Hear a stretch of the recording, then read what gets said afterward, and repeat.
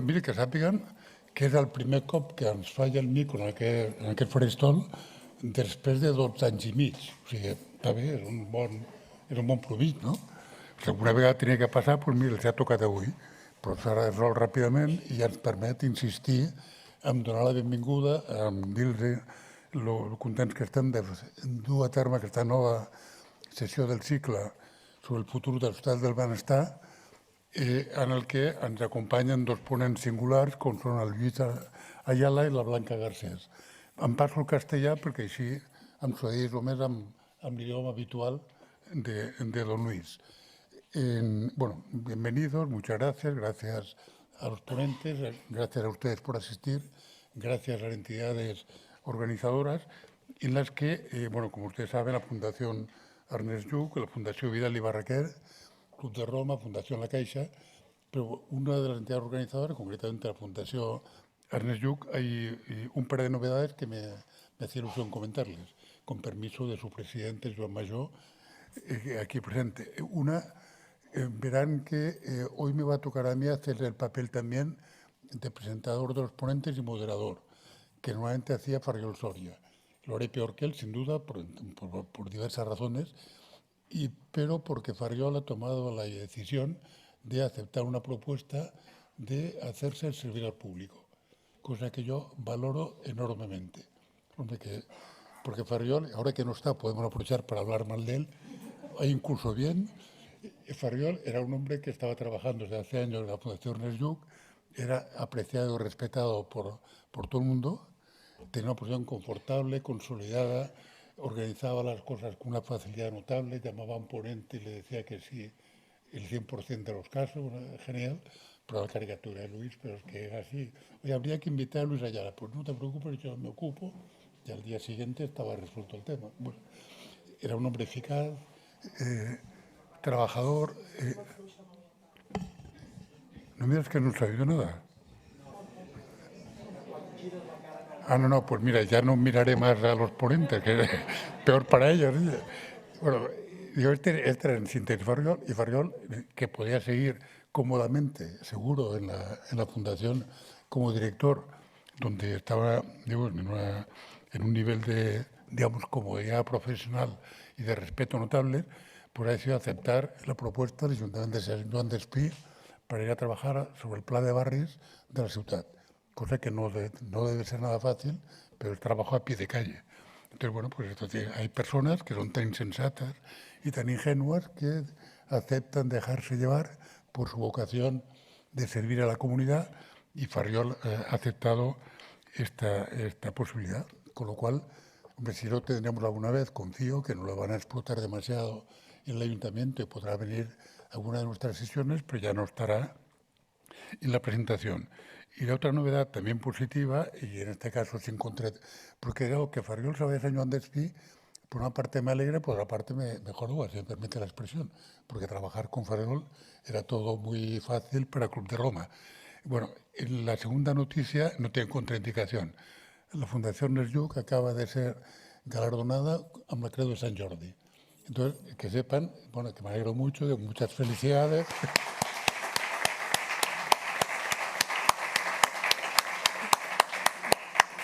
Incluso me planteé si sugerir aplaudir o no, pero me daba vergüenza sugerirlo. No he hecho ninguna falta porque ustedes son inteligentes y era aplaudido espontáneamente. Bueno, me hace mucha ilusión. Una fundación con este nombre, primero, es un nombre de lo más respetable, modestia aparte, que se pueda nombrar en este país. Y además dedicada al diálogo con la coherencia, la consistencia, el rigor y la profundidad con que viene.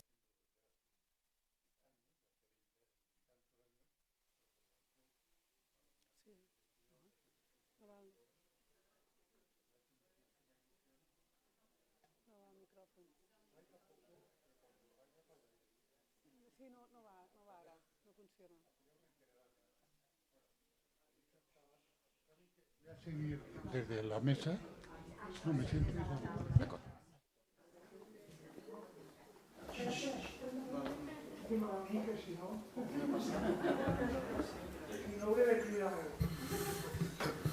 Ahora, bueno, este es espectacular, ¿eh?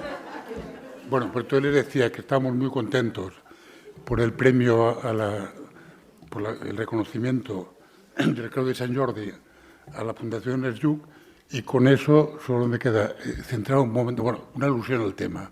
El tema de la sessió d'avui, la quarta sessió del cicle, o potser, si no us faré, potser és més lògic fer la teva intervenció i després entrem en el tema. Sí, perdó. No sé si hauré de cridar, no he de cridar. Doncs millor. A veure, a mi em toquen dir no gaires coses, però avui me'n toquen dir unes quantes perquè, esclar, ja han començat a sortir. Una vegada més, la primera cosa és l'agraïment de tots els que sou aquí, la satisfacció de tots els que pràcticament ompliu aquesta sala, un agraïment molt especial al Lluís i la Blanca, per ser aquí, per ajudar-nos, i un comentari, perquè deixo l'últim per l'últim, l'altre, un comentari que a mi m'agrada molt que un dels temes que es parli en aquestes 5 sessions sigui el tema de la cohesió social, perquè masses vegades es mesuren les societats amb uns temes purament, diguem-ne, numèrics, que si creix tal cosa, que si creix tal altra, que si baixa tal altra, i moltes vegades aquestes coses soles no són el que vol dir que en una societat hi ha benestar o hi ha sostenibilitat i tal, sinó que aquests elements són uns elements més, diguem-ne, de tipus no econòmic i no numèric, sinó d'això, del que passa, de com es viu, de què és el que hi ha. I per tant estem molt contents amb això. Agraeixo una vegada més a la Fundació La Caixa, en el Club de Roma i a la Fundació Vidal i Barraquer el fet que puguem fer tota aquesta cosa junts. Estic segur que ho seguirem fent i finalment no ho puc dir encara perquè la Creu de Sant Jordi ens la donen demà, o sigui que només faltaria que no ens la donguessin, però la Fundació estem molt agraïts a la Generalitat i a les persones que ho han organitzat tot això, perquè creiem, i és un element que ho dic, que aquesta Creu de Sant Jordi ajudarà força al nostre principal, diguem-ne, voluntat de la Fundació, que és que el record d'Ernest Lluch s'allargui i sigui model, és a dir, serveixi per moltes coses de les quals una de les més clares és aquesta. És a dir, que vam decidir ja fa bastants anys que el que havíem de fer no era ni segons quin tipus de celebracions, ni segons quin tipus de records, sinó, sobretot, diàlegs. Perquè el que l'Ernest Lluch defensava era que les societats són més bones com més són capaces de dialogar. I això ens va portar en aquest tipus d'actes que són sempre, jo sempre ho dic, cuidado, això no són debats, el qual no vol dir que hagin d'estar d'acord, no, poden no estar d'acord, però encara que no hi hagi acord, hi ha diàleg, i el diàleg és el que permet augmentar, acostar a les persones. O sigui que ha sigut més llarg que altres vegades, però és que hi havia totes aquestes coses que volia dir i que m'ha agradat dir. Endavant i moltíssimes gràcies.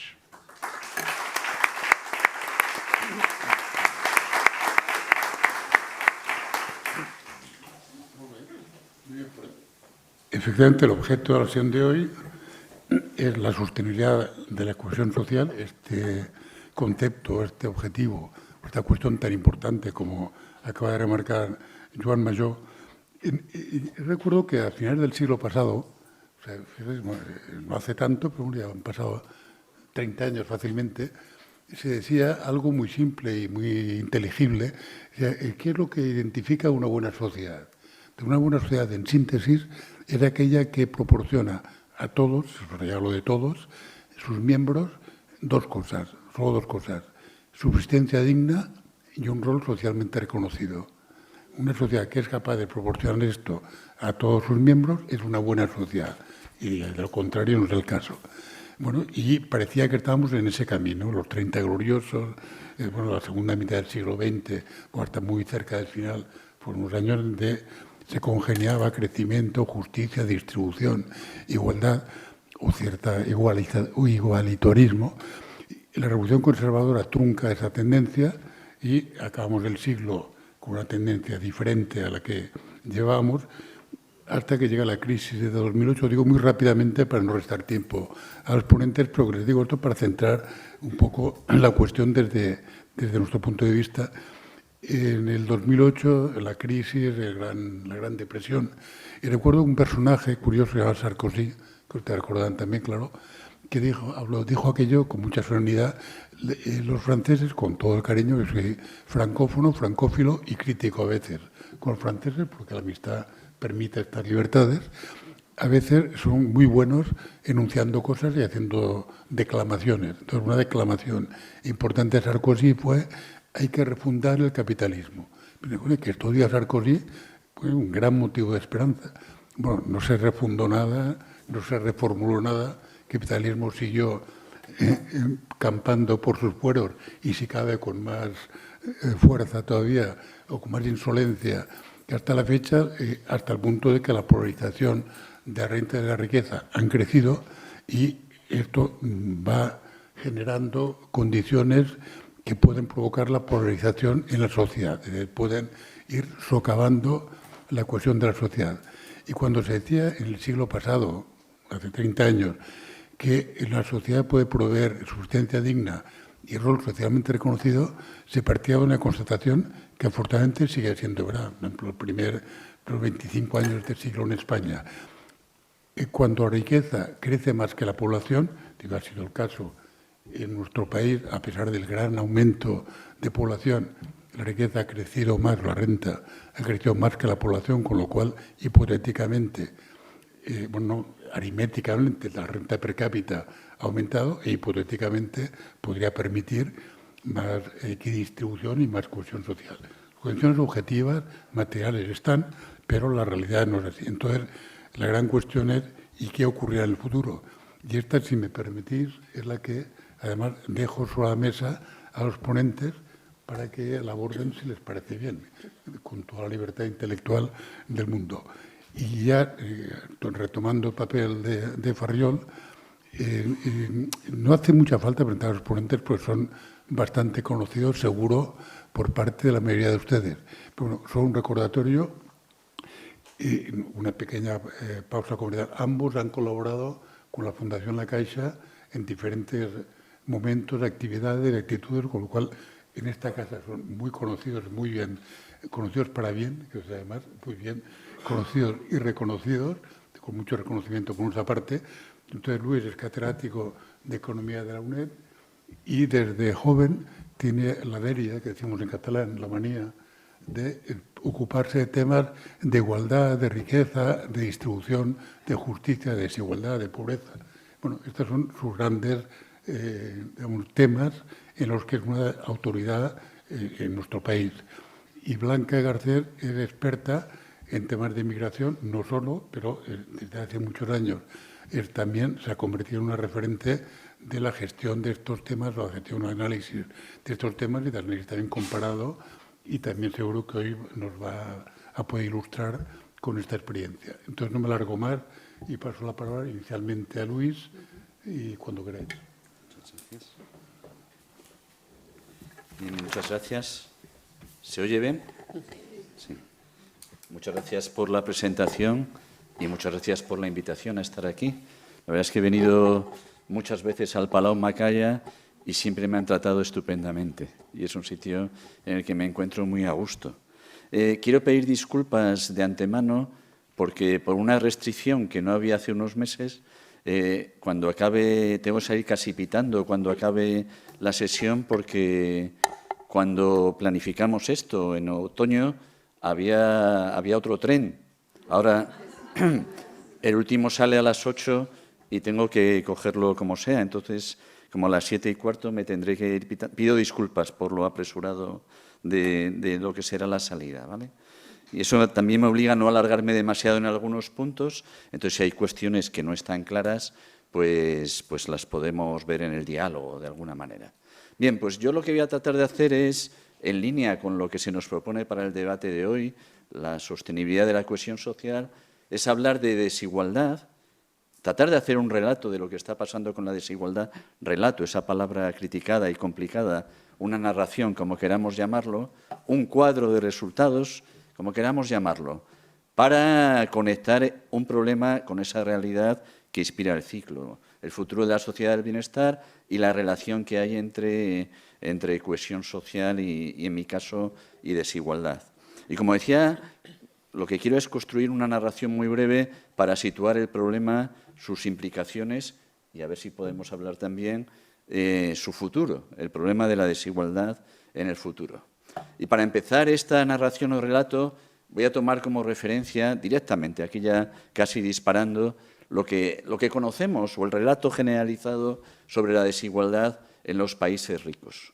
Y es un relato que se caracteriza por algo que probablemente saben la mayoría de las personas que están en esta sala, por un cambio grande en la tendencia que ya sucedió hace unas cuantas décadas, como se puede ver en este gráfico. Después de un tiempo de reducción, después de un tiempo de estabilidad, a partir de los años 80, en muchos países empiezan a crecer con distinto ritmo y en distinto momento, pero generalizado, como pueden ver, las desigualdades, la desigualdad económica, aquí interpretada con un indicador muy sencillo, lo que se lleva al 10% más rico de la renta total, cómo empieza a crecer en la mayoría de los países ricos.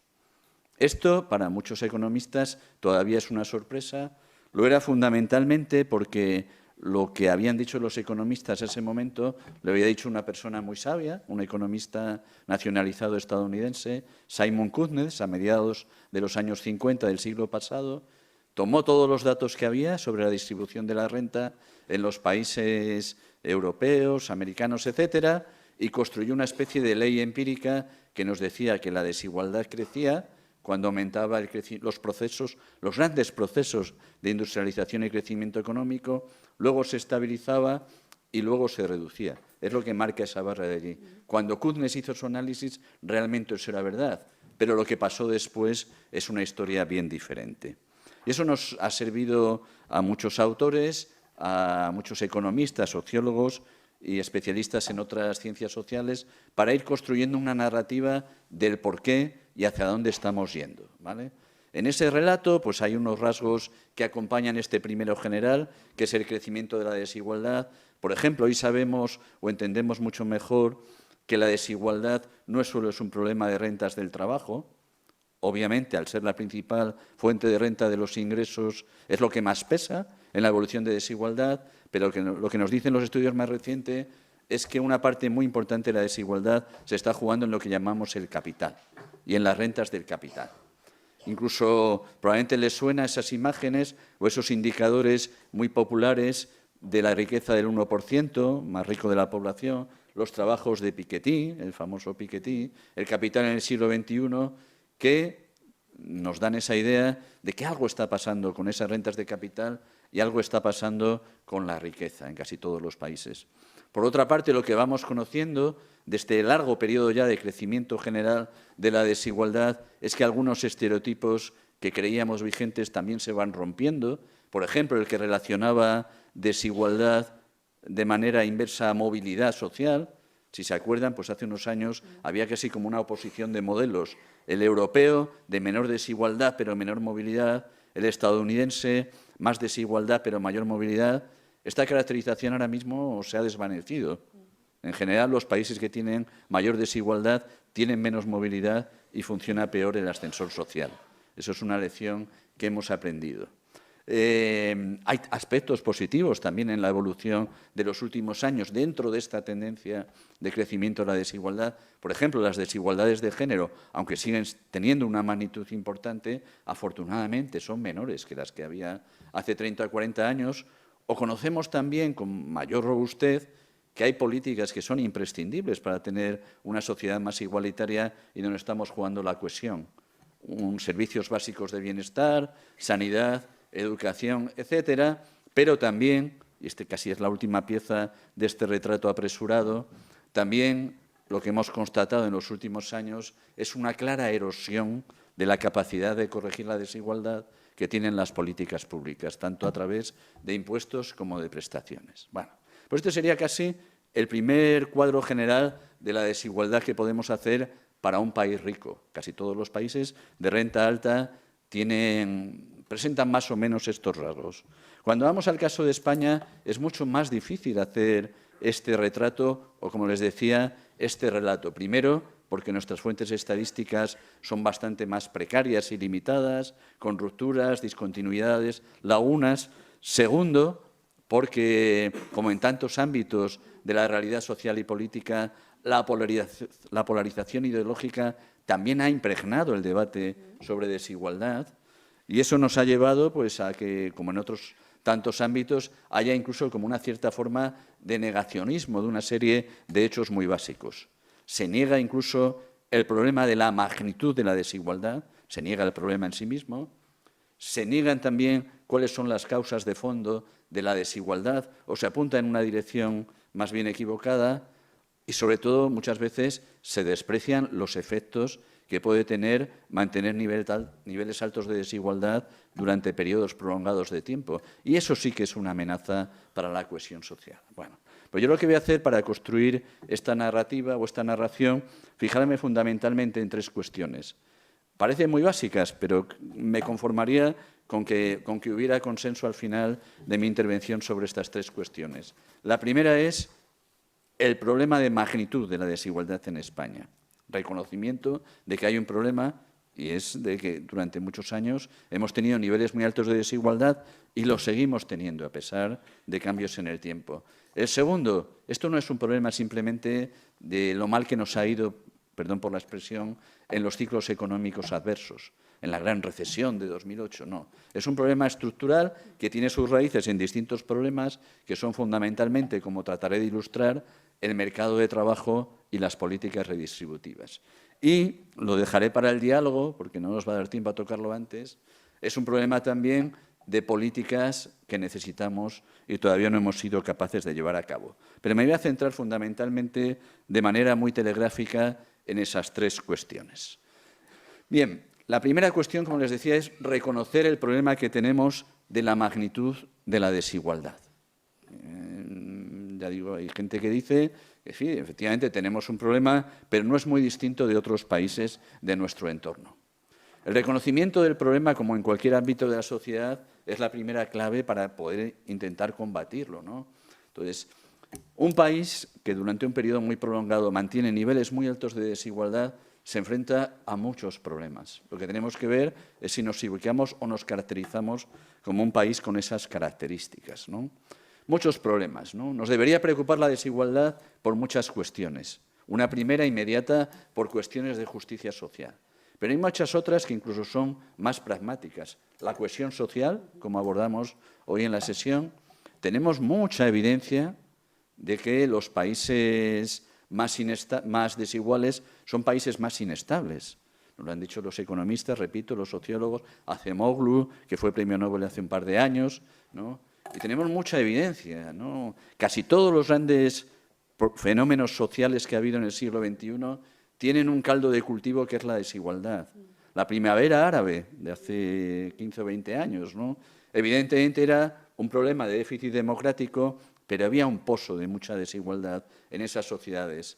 Lo que sucedió en algunos países latinoamericanos, Chile, por ejemplo, hace 10 años, creo que fue aproximadamente, aumentó el precio del transporte y eso generó una revuelta social enorme, pero había un problema de fondo que era el muy alto nivel de desigualdad. Los países más desiguales son países mucho más inestables socialmente hablando y eso es una amenaza para la cohesión. Cuando la desigualdad es muy alta también funcionan peor las instituciones. Funciona peor, bueno, desde la corrupción a incluso el sistema democrático. La calidad de las instituciones democráticas merma cuando la desigualdad es elevada. Esto también lo ha estudiado este economista que acabo de citar, Acemoglu. Pero tenemos datos muy directos que nos lo explican, ¿no? Yo soy profesor de economía pública y suelo explicar a mis alumnos que el sector público no tiene objetivos. El sector público tiene que agregar las preferencias de los ciudadanos y sobre eso toma las decisiones. Pero ¿cómo se revelan las preferencias de los ciudadanos en una sociedad democrática? Votando. Es verdad que hay una conexión clara entre los problemas de desigualdad, los problemas de polarización política, pero la realidad que conocemos más de cerca es que aquellos que deberían beneficiarse más de esas políticas públicas es que ni siquiera votan. Eso, los distintos informes, por ejemplo, de la Fundación Fuesa, nos van informando. En Madrid, en el barrio de Salamanca, vota el 90% de la población. En Valdemín Gómez, el 10%. Eso pasa en todas las grandes... En Sevilla, en el barrio de Nervión, lo mismo, como el 90%. En el polígono industrial, las 3.000 viviendas, no llega al 10%. He intentado buscar datos para Barcelona, para ilustrar también. No es tan amplio el abanico, pero, por ejemplo, en Pedralbes, Sarriá, vota el 85% aproximadamente. En Torrebaró, en la ciudad meridiana, no vota ni el 40%. Eso quiere decir que las preferencias de los más pobres cada vez llegan menos a ese juego democrático, ¿no? Nos debería preocupar la desigualdad también por una razón muy sencilla, parece una perogrullada, perdón por la expresión, pero es que cuanto mayor es la desigualdad, más difícil es reducirla porque se van formando unas élites económicas, este es un poco el discurso de Piketty, que hacen más difícil combatirla. Y sobre todo nos debería preocupar la desigualdad económica porque impregna casi todas las parcelas o casi todas las dimensiones del bienestar social. Desigualdad económica es desigualdad en el mercado de trabajo, en el empleo, en los salarios, en las oportunidades laborales, en el estado de la salud, en el tejido relacional. Y especialmente preocupante es cuando esa desigualdad se transmite intergeneracionalmente. Y finalmente, nos debería preocupar, y esto hace 20 o 25 años era casi una heterodosia en términos económicos, porque tenemos una evidencia muy contundente de que los países más igualitarios en general, o por lo menos que han conseguido rebajar la desigualdad, tienen crecimientos más estables, tienen procesos más estables de crecimiento económico. Por tanto, que un país durante mucho tiempo mantenga niveles elevados de desigualdad es un problema, es una amenaza, diría yo. ¿Cuál es nuestra situación? Pues la única manera de verla es muy rápidamente, retrocediendo en el tiempo y comparándonos con otros países. Esto no es fácil en determinados puntos del tiempo. Aquí el primer dato que les traigo es de antes de la democracia. La primera vez que tuvimos datos para compararnos con otros países, datos del año 73. Con los datos que teníamos aquel entonces, emergía una imagen muy clara de España como país desigualitario. En los años 80 mejora el panorama por dos cuestiones, por el crecimiento económico registrado en España y por la construcción tardía del estado de bienestar, pero también por los deméritos de otros países, las reformas en Reino Unido, Estados Unidos, mediante el recorte de servicios públicos que hizo que aumentara mucho la desigualdad. Mejoramos un poco, pero seguimos a la derecha del gráfico. De hecho, a medida que se va ampliando la Unión Europea, y son los gráficos siguientes que les pongo, ahí seguimos plantados, en los años 90 muy pocos cambios, y sobre todo con la gran recesión, que tuvimos el crecimiento más regresivo de la Unión Europea, todavía se consolidó más nuestra posición a la derecha de ese gráfico. Más recientemente, y este es el último dato que les traigo, he hecho la media de los 5 últimos años para que no haya sesgos ni distorsiones y ha habido una leve mejora. Es verdad que en los últimos 5 años ha habido un proceso de mejora de la desigualdad en España, basado en crecimiento económico y políticas sociales más ambiciosas, pero seguimos siendo en ese contexto un país desigualitario junto a otros países del sur de Europa y otros a los que sinceramente no nos parecemos en nada, como Bulgaria, Letonia y Lituania. Por tanto, primera síntesis de este relato apresurado, tenemos un problema importante de desigualdad, un problema de magnitud, ¿no? Que podría sorprender, porque la desigualdad en los últimos 40 años ha aumentado más en otros países y sobre todo porque nuestro país ha cambiado en sus estructuras, en su estado de bienestar. Somos un país rico, pero hay un problema de modelo distributivo. Hay un problema de desigualdad. Primera pieza del relato. Segunda pieza del relato. Mucha gente dice, bueno, esto es verdad que es preocupante, pero también es el resultado. Hay que tener en cuenta que las crisis económicas han sido mucho más intensas en nuestro país. Ya que ahora estamos teniendo un proceso de mayor crecimiento económico, cabría esperar una cierta convergencia. Esto tiene una implicación. Si esto es verdad, ¿cuál es la mejor política para reducir la desigualdad? El crecimiento económico, ¿no? Los anglosajones utilizan una metáfora que son las mareas altas. Una marea alta arrastra a todos los botes. Pero la realidad es que no es así. No todas las mareas arrastran todos los botes en términos de hogares y personas. De hecho, cuando vamos a los datos anuales, que son los que tienen aquí en este gráfico, entre comillas, tan feo, porque ven que hay rupturas, huecos, pero es el único gráfico con el que podemos construir la evolución de la desigualdad en el largo plazo, nos encontramos algunas peculiaridades. Procesos conocidos, la reducción de la desigualdad hasta en los años 80, como decía, el repunte por la recesión del 92 en el 94, la estabilidad posterior, el crecimiento en la gran recesión y la reducción con ese pico de la pandemia que ven al final del gráfico. Pero lo más llamativo es casi lo que se ve peor. Aquella etapa de expansión económica previa a la gran recesión prácticamente no tuvo ningún efecto sobre la desigualdad. Y fue una etapa de muchísimo crecimiento económico. Teníamos superávit público, se creaba 1 de cada 3 empleos en la Unión Europea, pero la desigualdad apenas se disminuyó. De hecho, en un trabajo que hicimos para esta casa, para la Fundación La Caixa, Olga Cantó, mi compañera de la Universidad de Alcalá y yo mismo, estudiamos cómo había evolucionado la desigualdad en todos los ciclos, en expansiones y en recesiones, con rentas de mercado, que es la barra roja, con renta disponible, que es la barra azul, para encontrar que, mientras que todas las recesiones aumentan notablemente la desigualdad, las expansiones la moderan muy poco. Por eso, claro que necesitamos crecimiento económico para reducir la desigualdad, pero no existe ese automatismo. De hecho, cuando vamos a otros indicadores, este es especialmente duro, un indicador de pobreza, porcentaje de hogares que no tienen ingresos ni del mercado de trabajo, ni de la seguridad social, ni de las prestaciones de desempleo, encontramos que esa respuesta a los ciclos, como decía, es claramente asimétrica. Crecimiento en las recesiones, reducción mucho más moderada en las expansiones. Y si me centro solo en la última parte del gráfico, como ven, hoy, estos son datos del último trimestre de 2025, la semana que viene saldrá la nueva EPA, hoy estamos casi todavía a la mitad del recorrido de vuelta en términos de esta pobreza tan severa de la crisis de 2008. O sea, 18 años después, todavía estamos a la mitad de la vuelta de ese camino, ¿no? A la mitad del retorno. Por tanto, mucho cuidado con esos automatismos de ciclo económico y mejora de la desigualdad. Con crecimiento económico, solo dicho en otras palabras, no vamos a mejorar la cohesión social. También porque eso esconde, tener tan arraigado ese juicio, esconde procesos que están teniendo lugar y que van a tener efectos estructurales a largo plazo. Por ejemplo, algo mucho menos desconocido.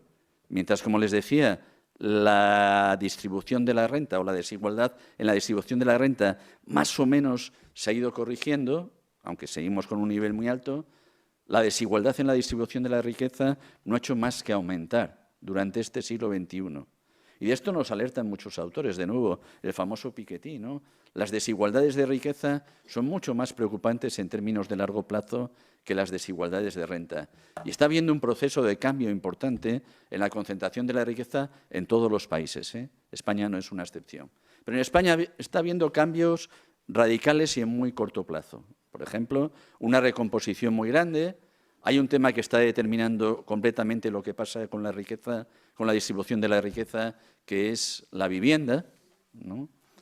La vivienda ahora es el principal activo de los hogares más ricos. Han sido sustituidas las inversiones en activos financieros por inversiones en vivienda, de tal manera que está habiendo una polarización enorme. El 50% más pobre no accede a su vivienda y el 10% más rico tiene una media de 6, 7 propiedades inmobiliarias. E incluso, repito, ya termino este punto y voy cerrando, si ponemos tanto énfasis en el ciclo económico, dejamos de lado otros procesos estructurales que están en vigor. Uno de ellos es ¿Qué está pasando con esas grandes transiciones de las que nos habla especialmente la Comisión Europea? La transición ecológica, la transición digital. La desigualdad también está muy asociada a estos procesos. Por ejemplo, solo me ciño a la desigualdad energética. Los hogares con menos renta tienen mucho más consumo energético proporcionalmente que los hogares más ricos. Y además consumen mucho más combustibles fósiles, diríamos energías, entre comillas, antiguas o tradicionales, ¿no? Y las políticas que estamos diseñando para intentar favorecer esta transición energética, realmente la mayoría están siendo regresivas. Desde las subvenciones para coches eléctricos, las viviendas energéticas, las ayudas en general, las mismas zonas de emisión de las grandes ciudades, son medidas regresivas. Se podrían compensar, pero no se están compensando con otras ayudas. ¿Por qué digo todo esto? Porque si creemos, repito, que todo es crecimiento económico, dejamos de lado procesos estructurales que pueden tener grandes efectos a largo plazo. Y una última reflexión muy rápida, esto ya me lo voy saltando. Si la desigualdad no depende del ciclo, si es fundamentalmente estructural, ¿qué son esos factores que están definiendo y van a definir la desigualdad? Fundamentalmente dos que no les van a sorprender: el mercado del trabajo y las políticas redistributivas. El mercado de trabajo en su doble sentido de desigualdad entre los que están y los que tienen trabajo y no tienen trabajo. Las desigualdades salariales en España tienen algunos rasgos peculiares, hay muy poquita movilidad de la mitad de la distribución hacia arriba, pero sobre todo tenemos un problema grande en términos comparados de trabajo de bajos salarios. Es esto que tienen aquí. Y no es nuevo, evidentemente, ¿no? Ahí tienen la evolución de España y la evolución de la zona del euro. Y esto es consecuencia de cosas que es difícil remover. Algunas sí y han sido exitosas. Había una causa institucional que era la elevadísima temporalidad. Afortunadamente hubo una reforma en diciembre de 2021 que la ha atajado notablemente. Pero hay otro gran problema, que son las características de nuestra economía, que necesitan mucho empleo de bajos salarios para competir.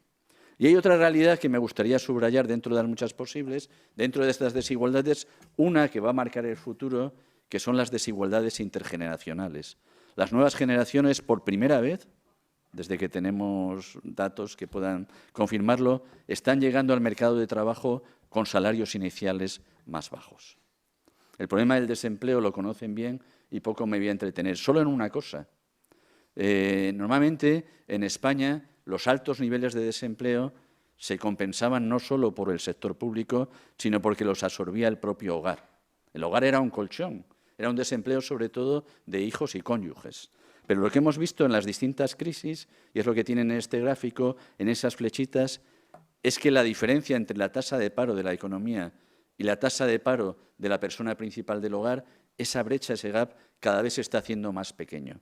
Necesitamos otros colchones, por supuesto, más allá de la familia. Y mi última reflexión, así muy rápido, disculpen la aceleración, tiene que ver con las políticas públicas y redistributivas, ¿no?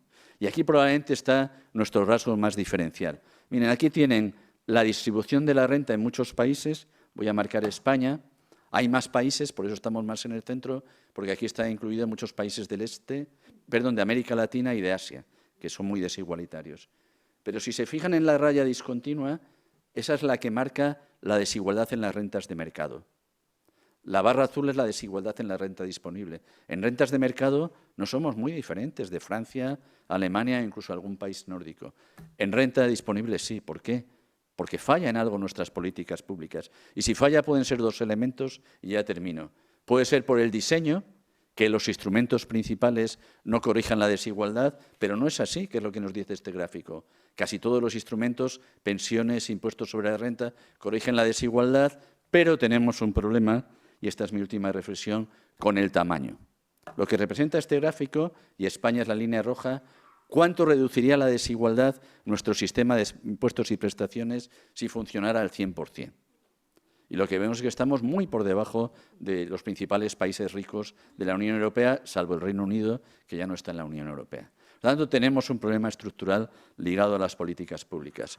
Tenemos un problema de magnitud que no tiene que ver estrictamente con el ciclo, sino con estas dos realidades, mercado de trabajo y redistribución. Necesitamos nuevas políticas. Hay muchas otras dimensiones que influyen y que no he podido citar, pues las de género que he mencionado, la inmigración, de la que nos va a hablar Blanca, la digitalización, que son amenazas, pero son también oportunidades. Pero quedémonos que el cuadro es que el enfermo va a regular. Ha mejorado recientemente, pero las perspectivas siguen siendo complicadas. Muchas gracias.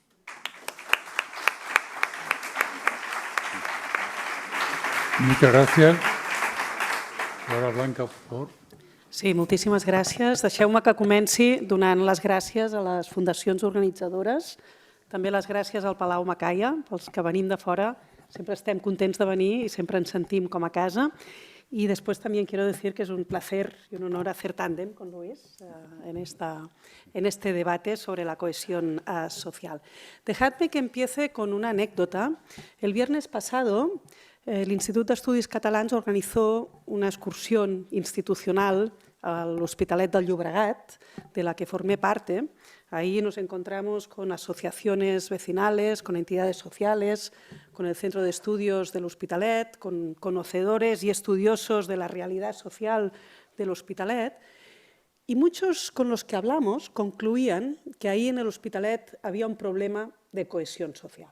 Y seguramente si visitáramos otras ciudades en Cataluña, en España, otros barrios en grandes ciudades, escucharíamos lo mismo. Y a mí me llamó la atención también porque hoy teníamos esta sesión y básicamente lo que querría hacer en estos minutos que tengo de presentación es, en primer lugar, preguntarme el porqué, ¿no?, de esta asunción de que estamos en un momento, digamos, de crisis de cohesión social, asumiendo además que cuando se habla de cohesión social, normalmente, históricamente, ha sido en momentos de crisis social, en momentos de cambio, en momentos de cuestionamiento del orden social.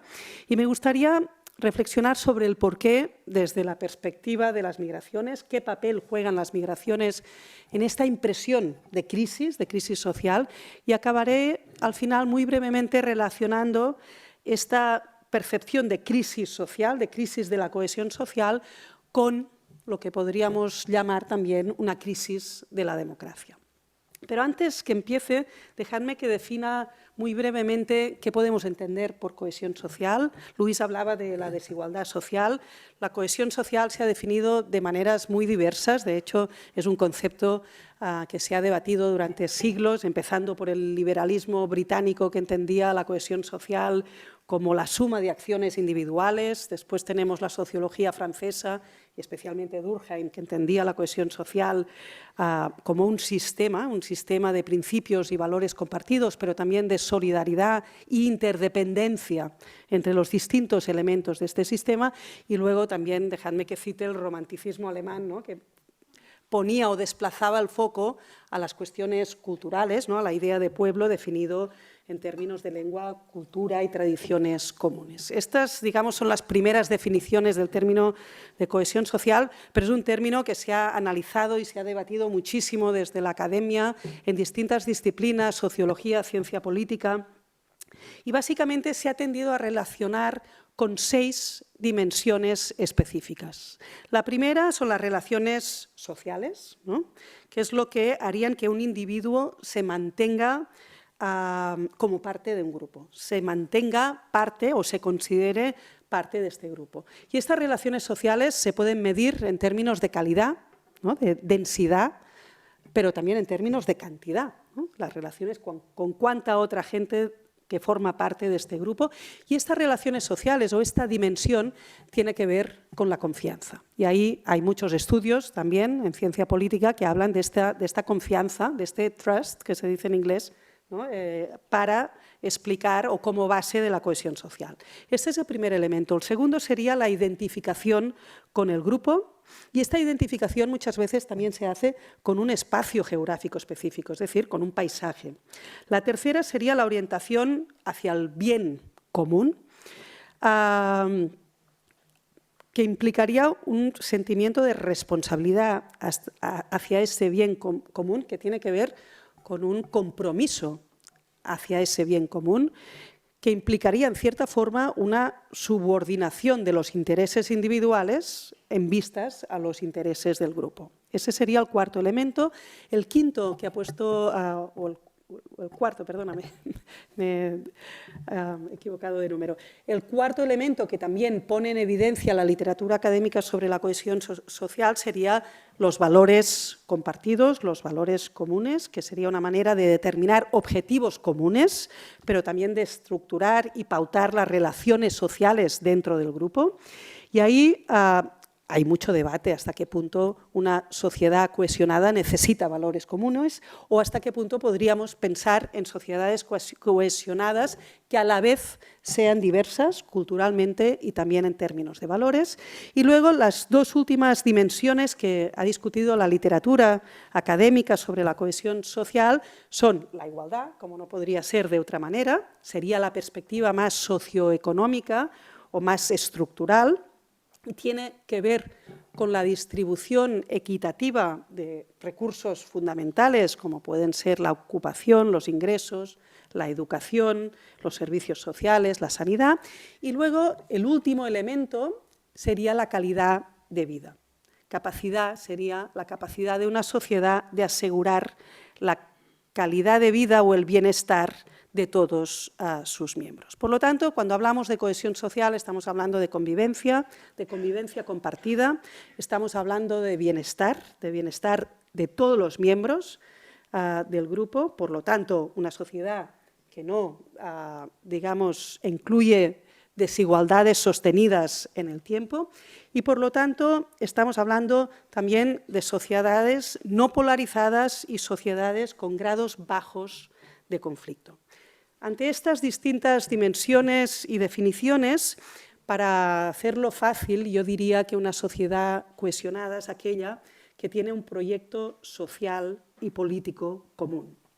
Y tener un proyecto social y político en común o compartido implica no albergar desigualdades o fracturas, no albergar fracturas sustanciales y además sostenidas en el tiempo. Yo diría fracturas sustanciales y sostenidas en el tiempo en tres ámbitos específicos: el legal, en términos de derechos, el socioeconómico y el cultural. Y ahí es donde entra la cuestión de la inmigración, porque lo que vemos es justamente un incremento de estas fracturas en cada uno de estos ámbitos y en relación al fenómeno migratorio. Con lo cual, dejadme que, digamos, analice cada uno de estos ámbitos en relación al tema de la inmigración. Una sociedad cohesionada debería ser una sociedad donde todos los miembros disfrutan de los mismos derechos, igualdad ante la ley, igualdad en términos de derechos civiles, en términos de derechos políticos y en términos de derechos sociales. Históricamente, lo que hemos visto, especialmente en el contexto europeo, es una extensión de todos estos derechos. Derechos civiles, extensión de estos derechos civiles en el siglo XIX, extensión de los derechos políticos en la primera mitad del siglo XX, especialmente con el sufragio femenino, y extensión de los derechos sociales en la segunda mitad del siglo XX en el contexto del estado del bienestar. En esta extensión de derechos al conjunto de la ciudadanía, lo que hemos visto también es una extensión de derechos a aquellos que, a los extranjeros, a los que venían de fuera, a los que se percibían como otros. Recordemos, ¿no?, los Gastarbeiters, los guest workers, los trabajadores invitados, muchos de ellos españoles que iban a trabajar a Alemania, a Francia, a Bélgica, a Países Bajos. Llegaron como trabajadores invitados con muy pocos derechos, pero fueron adquiriendo derechos de residencia, derecho a la residencia permanente, también derechos a la reunificación familiar y también, finalmente, el acceso a la nacionalidad que daba, ¿no?, el reconocimiento de todos los derechos. Con lo cual, llegamos a los años 80 y 90, que coincide con tu gráfico de menor desigualdad, con un reconocimiento de los derechos de aquellos que llegaron como extranjeros, hasta el punto que en los años 90, en los debates académicos, se hablaba de ciudadanía posnacional, es decir, de que los derechos ya no dependían de la nacionalidad, del origen, y que digamos, habíamos llegado también a ese fin de la historia en términos de derechos, en el sentido, ¿no?, de que los ciudadanos eran ciudadanos del mundo con todos los derechos. Además de ser una visión un tanto etnocéntrica, porque las fronteras existían para unos o no existían para unos, pero siguieron existiendo para otros, lo que vemos desde los 2000 es un retroceso en esa extensión de los derechos a la población extranjera o percibida como tal. Hace unas semanas tuvimos a Lea Ypi, aquí en el Centro de Cultura Contemporánea, presentando su libro sobre las fronteras de clase. Ella argumentaba, ¿no?, y ahí estoy muy de acuerdo, esas fronteras, ¿no?, que se van construyendo y que coinciden además muy claramente con la dimensión de clase, pero ponía el foco en la nacionalidad, el acceso a la nacionalidad. Y yo ahí difiero sustancialmente porque creo que estas fronteras y ese retroceso del acceso a los derechos se da sobre todo, no tanto en la nacionalidad como en todo lo previo, es decir, en primer lugar, acceso a los derechos de los inmigrantes en situación irregular. Las regularizaciones en España son una excepción, pero en el contexto europeo cada vez son más raras, como lo son también en el contexto de Estados Unidos, donde tenemos 10, 12 millones de inmigrantes en situación irregular sin la perspectiva de salir de esa irregularidad, pero también vemos esa limitación creciente de derechos con permisos de residencia cada vez más temporales, cada vez más limitados, cada vez más fragmentados, y esto lo vemos muy bien con las distintas formas de protección internacional que no llegan a ser que no llegan a la garantía del estatuto de refugiado, que son formas de protección internacional temporales y cada vez más precarias. También vemos limitaciones crecientes al derecho a vivir en familia, es decir, a la reunificación familiar, y también vemos limitaciones crecientes en lo que se refiere al acceso a los derechos sociales, que cada vez más dependen del tiempo de residencia y, en muchos casos, también de la nacionalidad.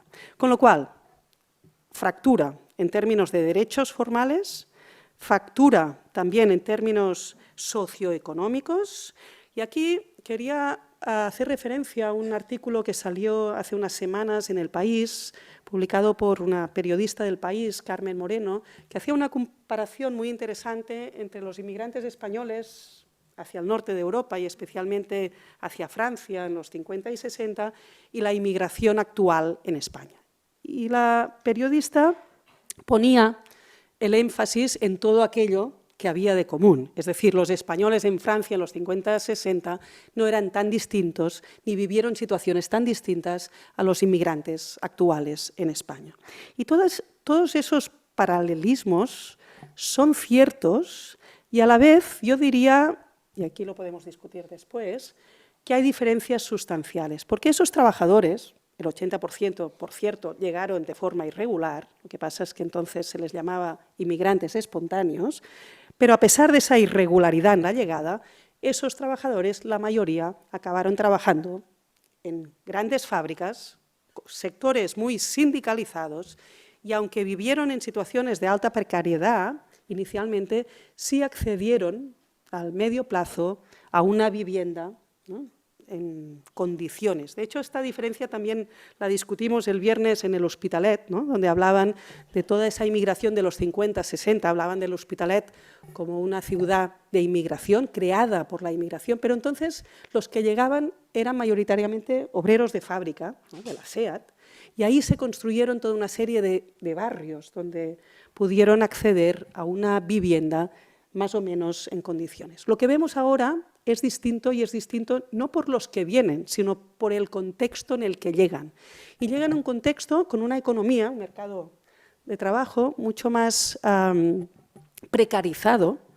Ahora los sectores dominantes son los sectores de los servicios. Pensemos, por ejemplo, en el sector de los cuidados, ¿no?, donde trabajan muchas mujeres, especialmente latinoamericanas, con sueldos muy bajos y con una dificultad muy grande y además a medio y largo plazo para acceder a una vivienda digna y para acceder a una vivienda asequible, es decir, que se pueda pagar con los ingresos de los que disponen. Con lo cual ahí yo diría que esa es una diferencia sustancial con el pasado y que explica esa fractura, ese crecimiento de las desigualdades, que además se acompaña con una cuestión, y ahí me voy de lo que son mis ámbitos de confort, que tiene que ver con el papel de la escuela, el papel que juega la escuela.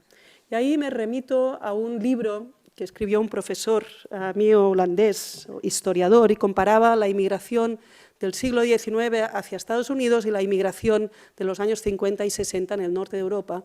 Y una de las conclusiones del libro, el autor es Leo Lucassen, un historiador holandés, es que aunque se piensa que los inmigrantes de los 50-60 fueron mucho más problemáticos que los polacos e italianos que emigraron a Estados Unidos a finales del siglo XIX, de hecho, la integración fue mucho más rápida en los 50-60, entre otras cosas, por la función de la escuela.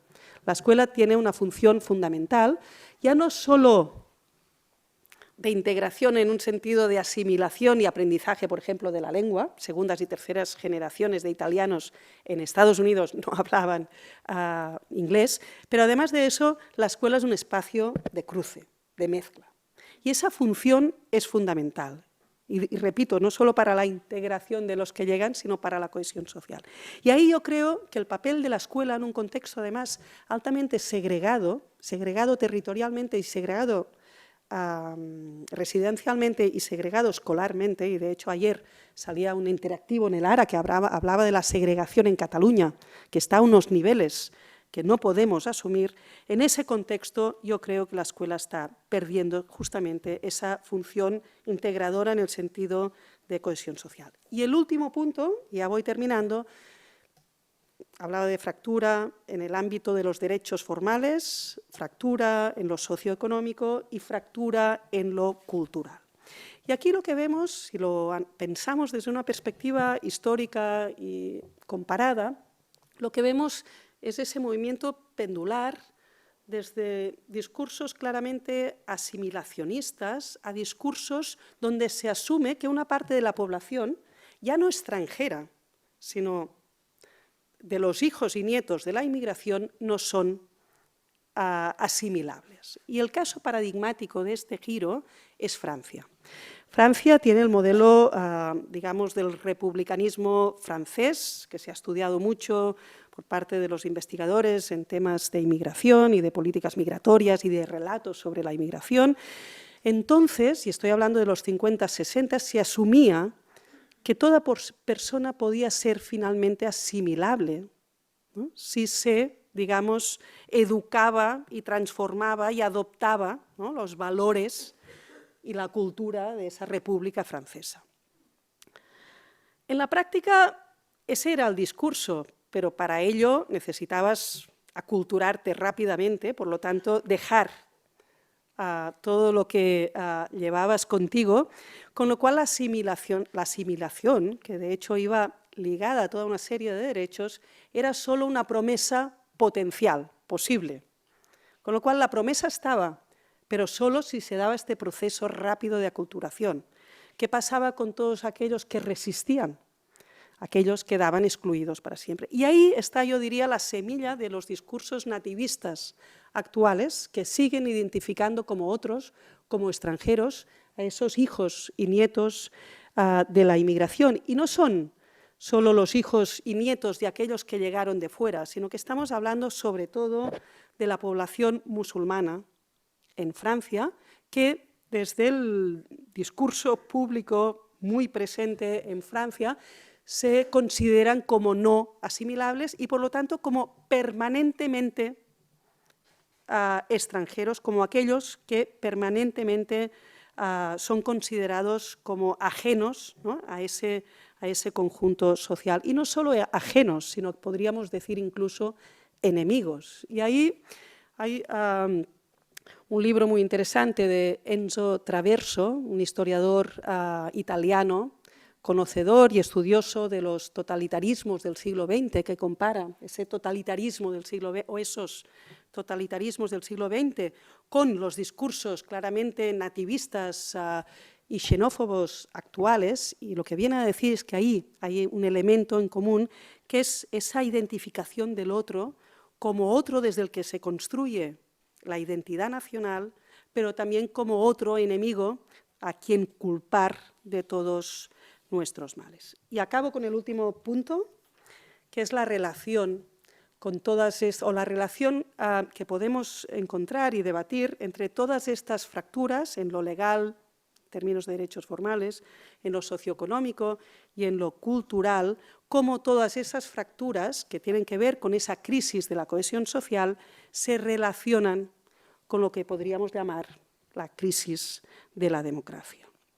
Y tiene que ver con ese poner en cuestión el demos, poner en cuestión el nosotros, y tiene que ver también con ese poner en cuestión, y eso liga con lo que decía Luis, ese poner en cuestión o cuestionar la capacidad del Estado de mejorar las condiciones materiales de los ciudadanos. Con lo cual ahí se pone en cuestión la legitimidad misma del Estado y, por lo tanto, la desconfianza, ahí es donde surge también la desconfianza de aquellos que no se sienten representados y de aquellos que sienten que el Estado no responde en su función fundamental, que sería la de garantizar esas condiciones materiales, esas mejoras de las condiciones materiales de los ciudadanos.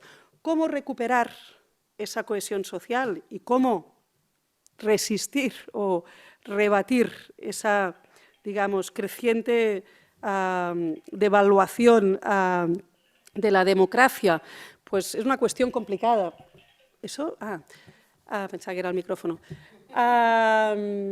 Complicado porque estamos delante de desarrollos mucho más estructurales. Hay autores que hablan de la oposición entre modernidad y democracia, la modernidad como condición de la democracia, pero una modernidad que ahora ya no permite las condiciones, ya no garantiza las condiciones fundamentales para esa democracia.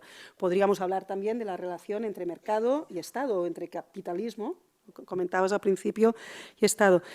Yo creo que la cuestión sería en cómo volver a construir un proyecto social y político común, y eso tiene que ver con promesas de futuro que nos incluyan a todos y que rompan justamente esa idea de suma cero, que es la que lleva a identificar ese otro, ya no solo como el otro que no forma parte de nosotros, sino como el chivo expiatorio a quien culpar de todos nuestros males.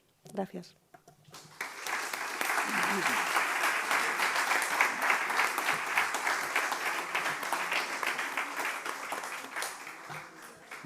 Muchas gracias por el esfuerzo de síntesis.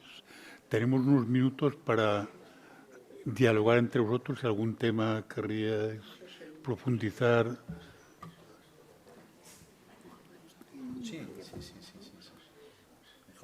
Sí, como quedan 10 minutos, tal vez podemos, ¿no? O abrimos. A partir de aquí, Perfecto.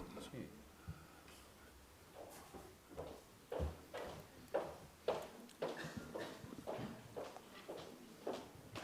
Les ruego intervenciones muy cortas porque tenemos poco tiempo. Sí, sí. Muchas gracias. Se'n sent? Se sent? Sí. En català m'entén? Más o menos. ¿No? Bueno, en castellà, doncs. Gracias por toda la exposición, ha sido muy reveladora. Lo que yo siento es que es una crónica de la actualidad que todos conocemos, así que no hay nada nuevo. Para mí sería nuevo que ustedes como expertos hicieran una apuesta a decir qué se tendría que hacer y quién lo tendría que hacer.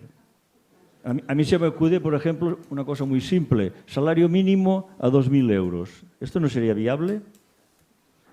¿Qué pasaría? ¿Que habría empresas que en vez de ganar un 10% ganarían un 8%? Si los números salen es negocio. Entonces aquí habría que saber quién está impidiendo que se llegue a solucionar esto. Porque además con el tema de inmigración encima se criminaliza a los autóctonos porque dicen que no encuentran albañiles, no encuentran gente para los cuidados, no encuentran gente para camareros. Y preguntas, bueno, ¿y qué salario pagan? Porque si pagaran un salario digno de 400 parados, por ejemplo, que hay en Cataluña, Bueno, sobrarían camareros y albañiles y electricistas. Pero pasa que aquí hay unos poderes que parece ser que les interesa que entre mano de obra que se deje explotar. Entonces, la pregunta, como decía antes, es ¿qué se tendría que hacer y quién lo tendría que hacer? ¿Y qué se podría hacer para exigirlo? Gracias. Si acumulamos un par d'elles, ¿Ah, sí? Es que no tendremos tiempo, ¿eh? perdó, Però és que es podem... Bueno, Luis, què quieres? Agrupamos mejor, sí. Sí, en esa misma línea, Luis hablaba de factores predistributivos. ¿Qué ejemplos podríamos encontrar en otros países de elementos predistributivos? i un altre més. ¿Vosotros creéis que todo este problema de la desigualdad, la ecología, la migración, se puede, y el consumo, el desarrollismo infinito, se puede lograr con este sistema político que hay en el mundo occidental? ¿Con el sistema? Político. Ah. Y no lo pongo cuál es, cada uno ponga el que quiera. ¿Os parece? Pero, ¿respondemos ahora? Bueno, había una más. Pues, Gracias. Mi pregunta es sobre todo para Blanca, que has mencionado los valores como uno de los factores para la cohesión social, y la duda que me surge es cómo llevar bien la convivencia dada esa desigualdad de valores, si es necesaria siempre la enculturación para la cohesión social o para la integración de las personas migrantes, y si hay ejemplos de sociedades que hayan sabido llevar bien esa ligera o en mayor o menor grado de desigualdad en valores, manteniendo cierta cohesión social. Gracias.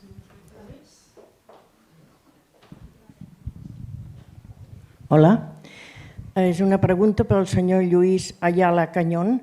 És una pregunta molt simple. A lo millor em dirà que això no toca, com deia Jordi Pujol, però sí, que el patrón oro, eso, porque estamos en la Fundación La Caixa, ¿no?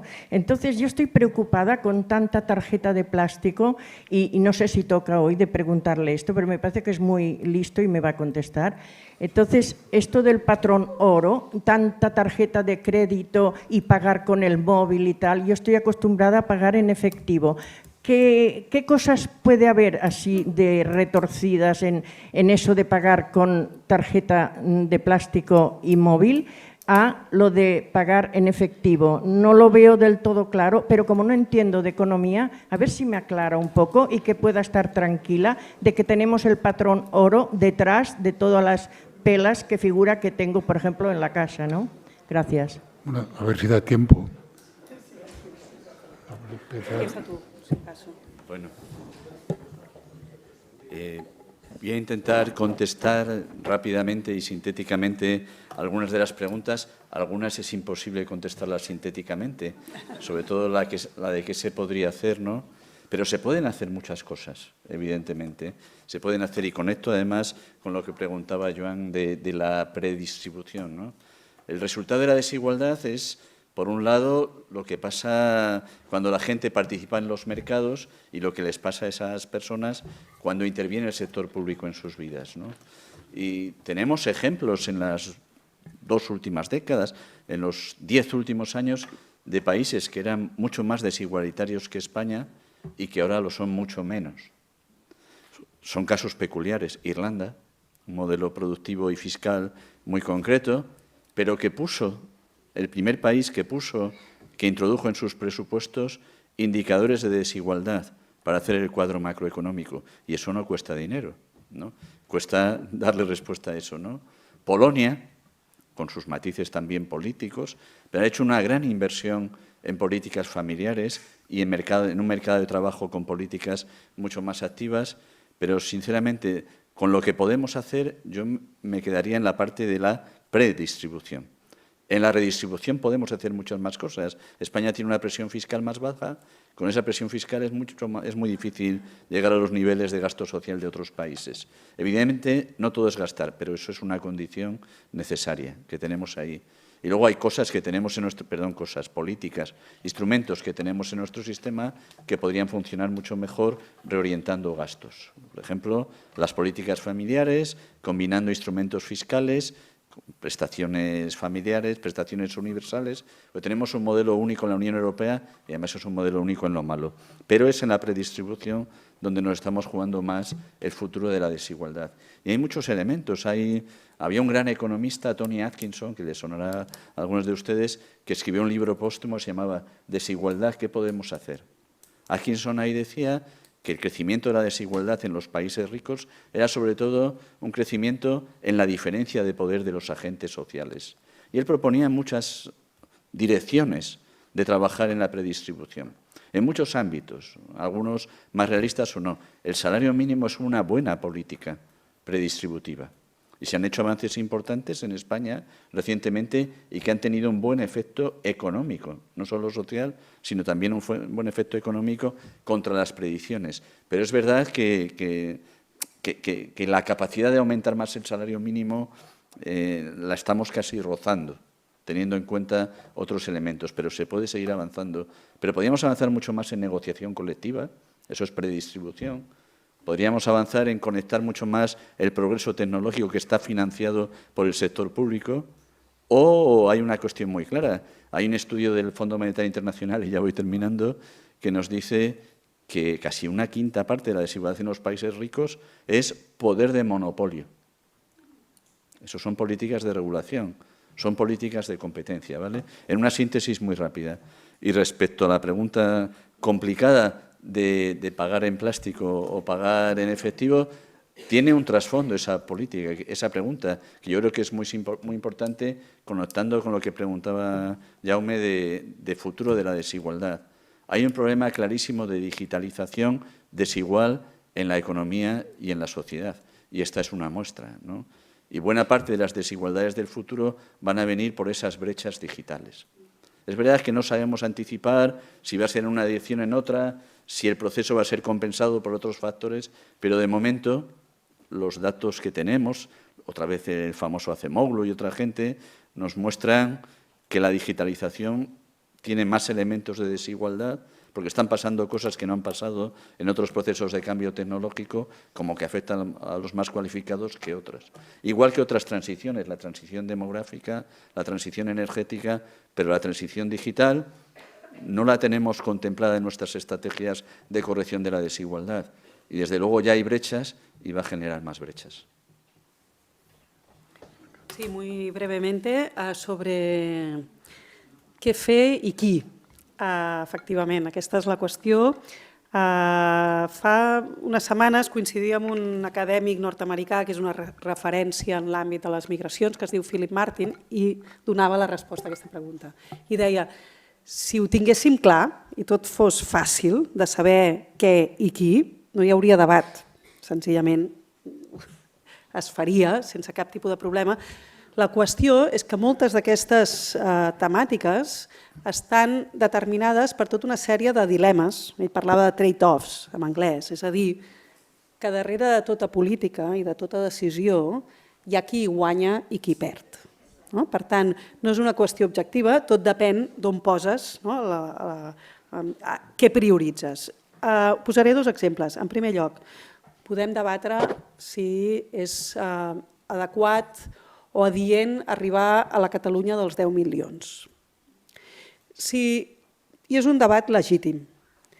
Però, si responem a aquest debat centrant-nos exclusivament en les polítiques migratòries, aquí hi ha un problema de base. Perquè la qüestió està en l'economia, a més creixement econòmic, més immigració.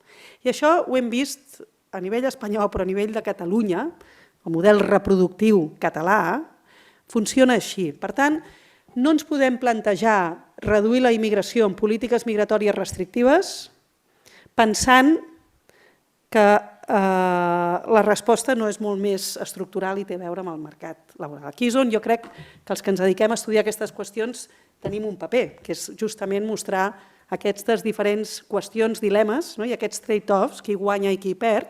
Però el que sí diria, i això ho deia ahir en un article que vaig publicar a l'Ara, relacionat amb tots uns interactius sobre segregació territorial, que és que són urgents polítiques socials. Ser un país d'immigració pot ser molt positiu, tenim els exemples dels Estats Units, Canadà, Austràlia, Nova Zelanda, però ser un país d'immigració sota aquestes condicions, i quan parlo d'aquestes condicions em refereixo justament a aquestes condicions de segregació residencial, segregació escolar, resultat escolar ja no només dels que estan arribant a les escoles de Catalunya, sinó els fills de la immigració, aquestes desigualtats, aquests nivells d'exclusió social severa, aquests nivells de pobresa infantil, que coincideix amb l'origen d'aquestes famílies, això no ens ho podem permetre. Per tant, la meva resposta ràpida seria polítiques socials urgents.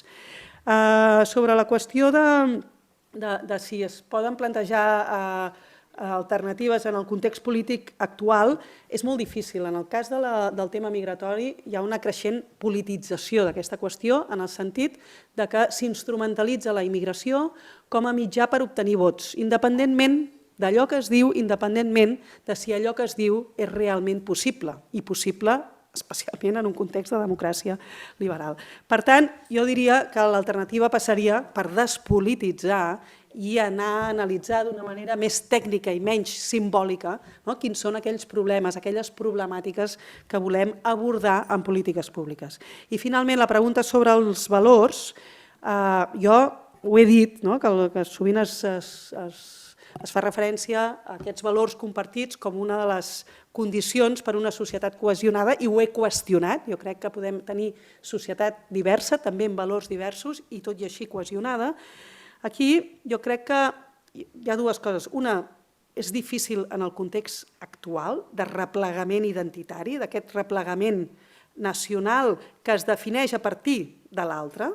És a dir, i això ho explicava molt bé Enzo Traverso en aquest llibre sobre la dreta radical, deia els alemanys, en els anys 30 es definia què era ser alemany pel fet de no ser jueu. Doncs ara podríem dir, es defineix què és ser europeu, i aquesta civilització judeu-cristiana en relació a aquest altre que acostuma a ser el musulmà. Per tant, en aquest context és difícil, però jo diria que és possible. I un exemple seria el cas de Canadà, intentant donar respostes concretes. Tot el debat i la coconstrucció del que era el que anomenaven l'acomodació raonable, és a dir, la diversitat que es podia incloure en aquest nosaltres en un context de democràcia liberal canadenca.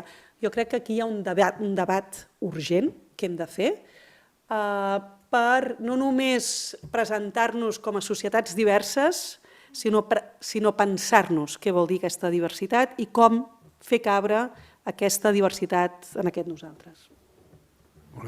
Moltes gràcies.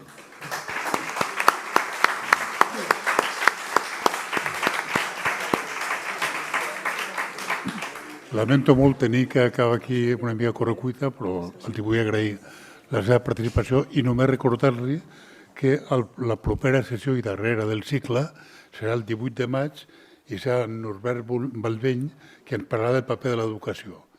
Déu-n'hi-do. Tenim un tema important també per la sessió del 18 de maig i són cordialment convidats. Moltes gràcies.